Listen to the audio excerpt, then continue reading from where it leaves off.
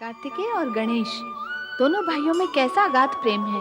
हाँ, दोनों सदा साथ साथ रहते हैं, क्रीड़ाएं व लीलाएं करते हैं। दोनों की लीलाओं को देखते हुए कितने वर्ष व्यतीत हो गए, हमें ज्ञात ही नहीं रहा। स्वामी, माता, क्या आपने कुमार कार्तिकेय को देखा है?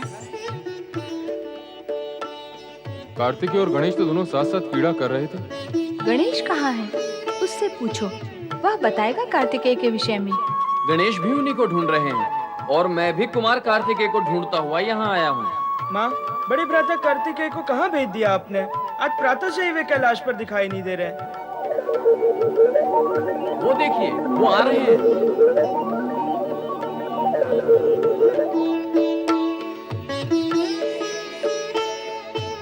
प्रणाम माता। कल्याण भाव। प्रणाम पितृदेव। यशस्वी भव। बड़े भ्राता कार्तिकेय, कहाँ रह गए थे आप? आज प्रातः से ही मैं आपको ढूंढ रहा हूँ। हाँ पुत्र, बिना बताए कहाँ चले गए थे तुम? हम सब चिंतित थे। जाया करो तो बताकर जाया करो। माता, मेरा मन जब भी अगस्त ऋषि से मिलने का इच्छुक होता है तो मैं दक्षिण दिशा में स्थित उनके आश्रम में चला जाता हूँ। बताकर जाते तो हमें चिंता न होती। भविष्य में ध्यान रखना। आपकी आज्ञा का पालन करूंगा माता। चले बड़े भ्राता, चलकर खेल खेलते हैं। हाँ अवश्य, चलो चलो चलो।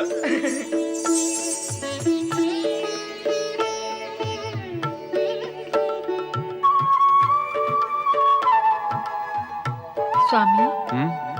हमारे दोनों पुत्र युवा हो गए हैं। अब हमें इनके विवाह के विषय में विचार करना होगा।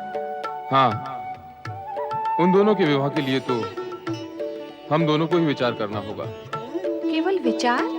नहीं, विचार ही नहीं, कन्याओं की खोज भी करनी होगी। इन दोनों के लिए हम दोनों को ही खोज करनी होगी। क्या बार बार इन दोनों को और हम दोनों को क्या कह रहे हैं?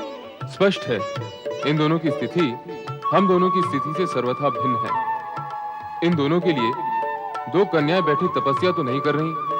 ये हठ ठाने कि विवाह करेंगी तो केवल इनसे ही करेंगी। आपका नाम अवश्य भोलेनाथ है, पर इतने भोले नहीं हो जितने दिखाई देते हो। पकड़ो गणेश को। नंदी भैया, मैं यहाँ हूँ नंदी भैया। पकड़ो, मैं यहाँ हूँ नंदी भैया। पकड़ो पकड़ो, मैं यहाँ हूँ नंदी भैया, यहाँ आइए। नंदी भैया, मैं यहाँ हूँ नंदी भैया।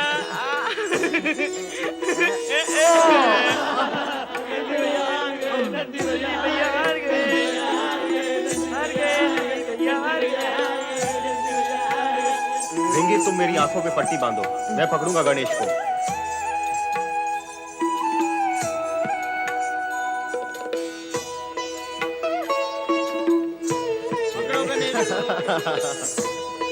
बड़े भ्राता, पकड़ो पकड़ो पकड़ो बड़े भ्राता, मैं तो यहाँ हूँ। नहीं नहीं। बड़े भ्राता, कार्तिकेय भ्राता, मैं यहाँ हूँ। आइए आइए। यहाँ आइए बड़े भ्राता, मैं यहाँ हूँ। बड़े भ्राता, मैं तो यहाँ हूँ।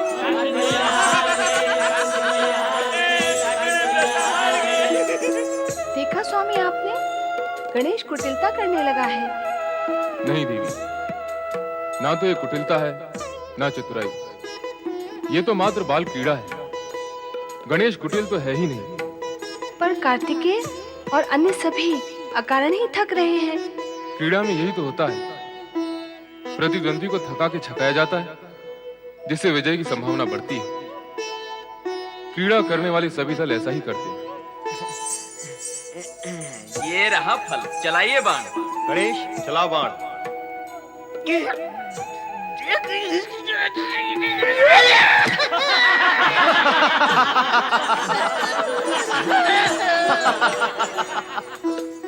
अरे डरते क्यों हो? डटे रहना, डटे रहना।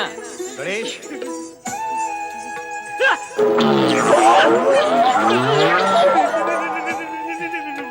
चलो। अरे डरते क्यों हो? डटे रहना। हाँ।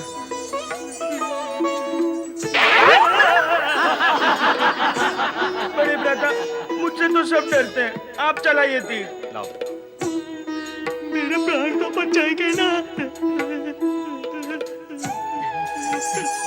अरे डर मत।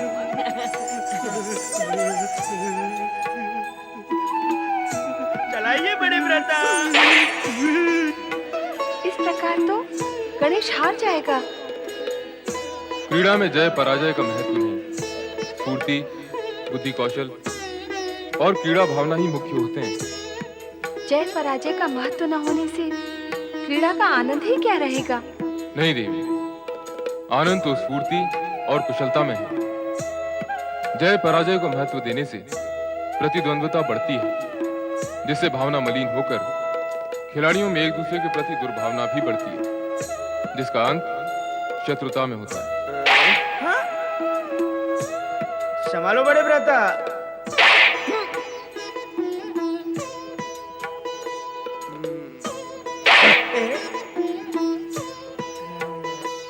ये लो बड़े व्रता। गणेश, तुम कुटिलता कर रहे हो। बड़े व्रता, छोटा हूं ना, भूल तो हो जाती है। दोनों भाइयों में प्रेम और स्नेह है। होना भी चाहिए, स्वाभाविक है। चर्चा का विषय तो तब होता जब दोनों में वैर अथवा घृणा होती। पर स्वामी, क्या यह आश्चर्य का विषय नहीं कि भाइयों में वैर और घृणा होती है? आश्चर्य उनके लिए जो प्रेम और स्नेह की गति को स्वाभाविक और जीवन का एक आवश्यक अंग मानते हैं। पर जो स्वार्थ, भौतिकता और अधिकार के भ्रम में पड़कर मिथ्या सुख को ही सर्वोपरि मानते हैं, उन्हें ना तो आश्चर्य होता है, ना ही लाज आती। जगत में व्याप्त सत्य कुछ भी हो, पर हमारे पुत्रों में प्रेम भाव है। हाँ, सो तो है।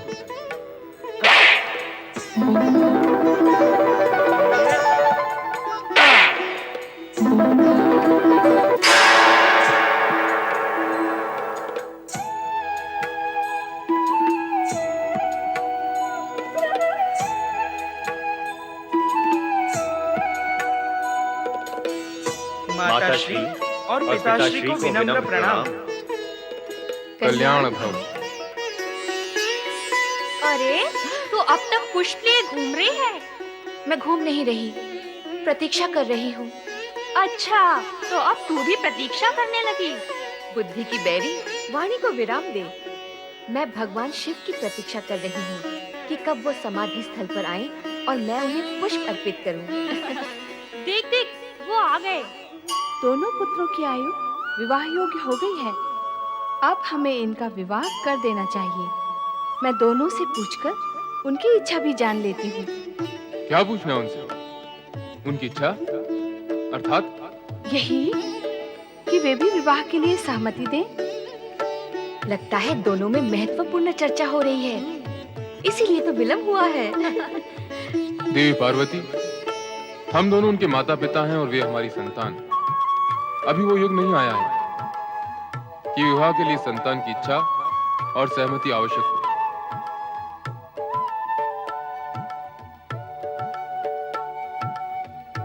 पर स्वामी, विवाह तो संतान को ही करना है ना? तो क्या इसका निर्णय संतान करेगी?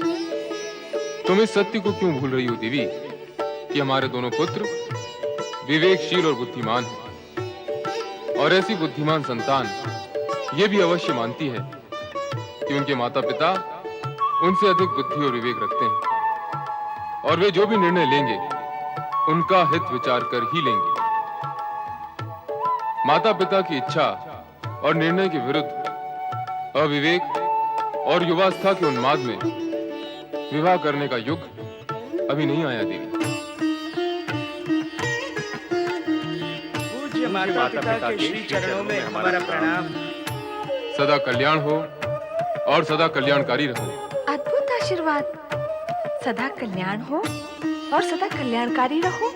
हाँ देवी, दूसरों का कल्याण करने वालों का सदा कल्याण होता है, इसलिए सुख की कामना करने वालों को कल्याण कार्य करते रहना चाहिए। माँ, पिता श्रेष्ठ का ये मंत्र हम आत्मसात करेंगे, किंतु ये बताइए कि आपने हम भाइयों को आशीर्वाद क्यों नहीं दिया?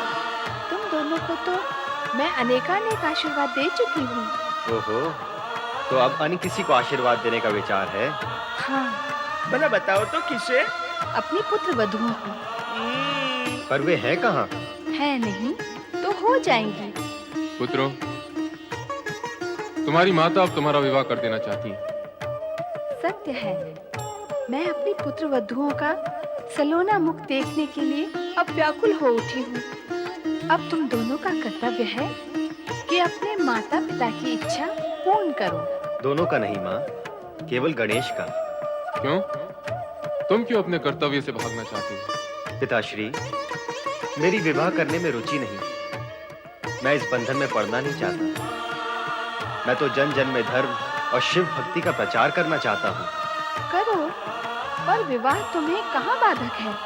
विवाह का बंधन और दायित्व धर्म कार्य में योग साधना नहीं करने देता। बस बस, तुम्हारे पिताश्री से बढ़कर योगी इस जगत में कोई नहीं है।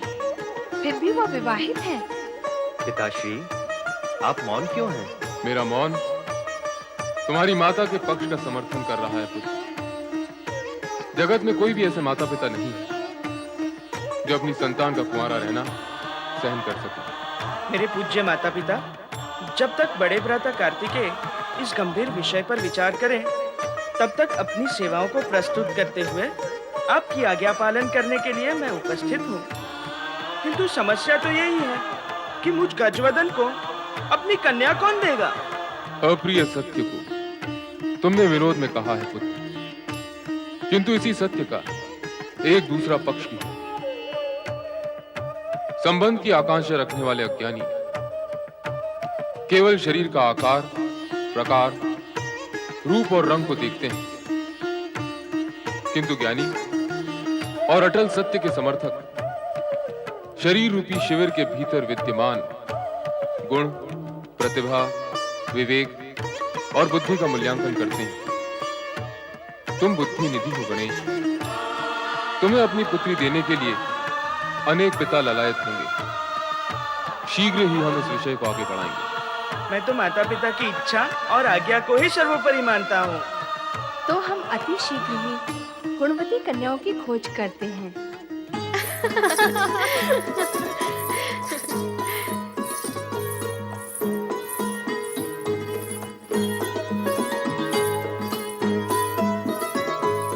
बुद्धि का प्रणाम स्वीकार करें पिताश्री। सिद्धि का प्रणाम स्वीकार करें पिताश्री। आयुष्मान भव पुत्री हो, सदा सुखी और प्रसन्न रहो। हमारे सुख के लिए हमें तीर्थ यात्रा पर जाने की आज्ञा दे पिताश्री। हाँ पिताश्री, हम दोनों बहनें तीर्थ यात्रा पर जाना चाहती हैं।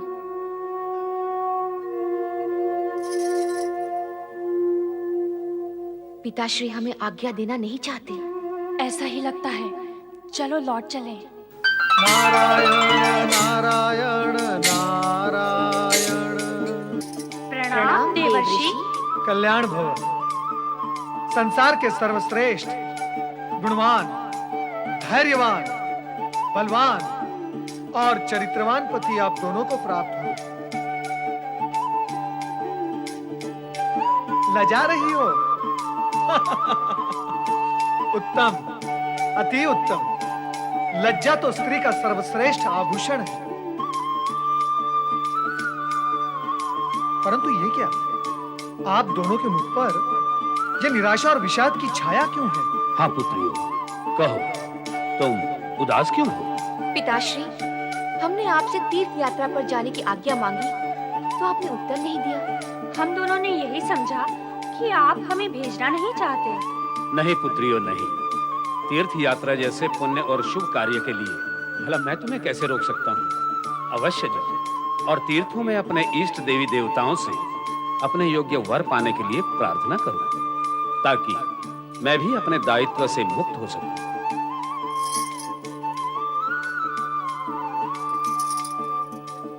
नारायण नारायण। पिता को पुत्रियों के विवाह की चिंता और पुत्रियों को तीर्थ यात्रा पर जाने की इच्छा। आहा, ऐसी योग्य और सुशील कन्याओं के विवाह की चिंता आपको नहीं होनी चाहिए राजन। पुत्री विवाह योग्य हो जाए तो पिता की चिंता स्वाभाविक है देवर्षि। प्रभु की कैसी लीला है। इधर आप पुत्रियों के लिए वर की खोज और चिंता कर रहे हैं और उधर योग्य वर के माता पिता आप जैसे पिता की प्रतीक्षा कर रहे हैं। प्रतीक्षा कर रहे हैं? कौन? पुत्र वधुओं की खोज करने वाले वर के माता पिता प्रतीक्षा कर रहे हैं राजन। देवर्षि, कौन है वे? कृपया नाम बताएं उनका। सारा जगत जानता है उन्हें, कौन नहीं जानता। पर मैं नहीं जानता। जानते हैं राजन, आप भी जानते हैं। आप कृपया स्पष्ट रूप से बताएं, कौन है वे? राजन, विधि के विधान के अनुसार आपकी दोनों पुत्रियां शिव पार्वती की पुत्र वधुएं बनेंगी। विधि के विधान को पूर्ण करने के लिए आपको यथाशीघ्र कैलाश पहुंचकर शिव पार्वती से भेंट करनी होगी। देवर्षि, मैं आपका आभारी हूँ। आपके शुभ समाचार ने तो मुझे चिंता मुक्त कर दिया। आपके आदेशानुसार मैं शुभ मुहूर्त में कैलाश जाकर शिव भोलेनाथ के दर्शन करूंगा। पिता श्रेष्ठ, मुझे दक्षिण में अगस्त ऋषि के आश्रम में जाने की आज्ञा प्रदान करें। उसी क्षेत्र में मैं धर्म और शिव भक्ति का प्रचार करना चाहता हूँ। तो बड़े भ्राता, मैं भी आपके साथ चलूंगा वहाँ। नहीं गणेश, मैं अपने वाहन मयूर पे बैठकर शीघ्र जाकर शीघ्र लौट आऊंगा। तो जिस मयूर पर आप बैठोगे उसी पर मैं भी बैठूंगा। हट क्यों कर रहे हो गणेश? हट नहीं माँ, भ्रमण कर रहा हूँ। नहीं नहीं नहीं नहीं, भ्रमण करना चाहता हूँ। मैं कार्यवश जा रहा हूँ। तुम भ्रमण करना चाहते हो तो फिर माँ के पास कौन रहेगा? कैसी बात करते हो बड़े भ्राता? जब हम दोनों नहीं थे तब माताजी के पास कौन रहता था? पिताश्री।